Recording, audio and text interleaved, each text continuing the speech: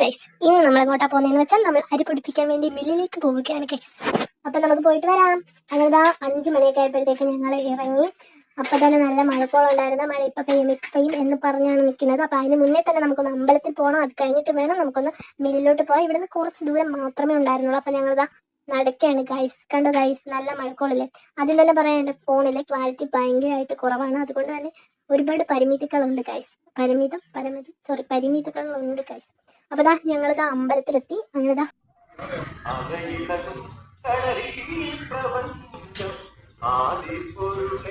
അമ്മയ്ക്ക് വേണ്ടി വെയിറ്റ് ചെയ്യണം. അമ്മ അവിടെ എന്തോ പൂജയോ വഴിപാട് എന്തൊക്കെയോ അവിടെ കൊടുക്കുന്നുണ്ട്.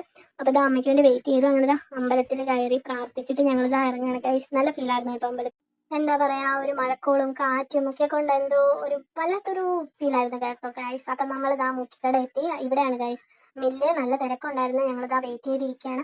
അപ്പൊ ദാണ്ടേ ഒരു കൊച്ചു കുരുട്ടിനെ കണ്ടു ഗൈസ്. അവളാണെങ്കിൽ മറ്റേ ഈ വെള്ളത്തിലിട്ട് ഇടുമ്പോഴത്തേക്ക് പൊട്ടുന്ന ഒരു ചെടിയില്ലേ, അത് പിച്ചിക്കൊണ്ടിരിക്കുകയാണ് കേട്ടോ.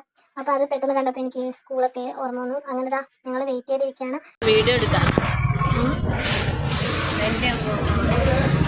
അങ്ങനെ അവസാനം എന്താ അരിയൊക്കെ പൊടിപ്പിച്ച് കിട്ടി. ഞങ്ങൾ വീട്ടിലെത്തിയപ്പോഴത്തേക്കും നല്ലപോലെ ഇരുട്ടിയിരുന്നു. മഴ വന്നില്ല ഗൈസ്. മഴ നമ്മളെ പറ്റിച്ചു. അങ്ങനെ നടന്ന് ഞങ്ങൾ വീട്ടിലേക്ക് എത്തി. അപ്പോൾ നമ്മളെ കണ്ടപ്പോഴത്തേക്ക് ഭൂമിയുടെ സ്നേഹപ്രകടനം. അപ്പോൾ ഇത്രയേ ഉള്ളൂ ഗൈസ്. Okay, by.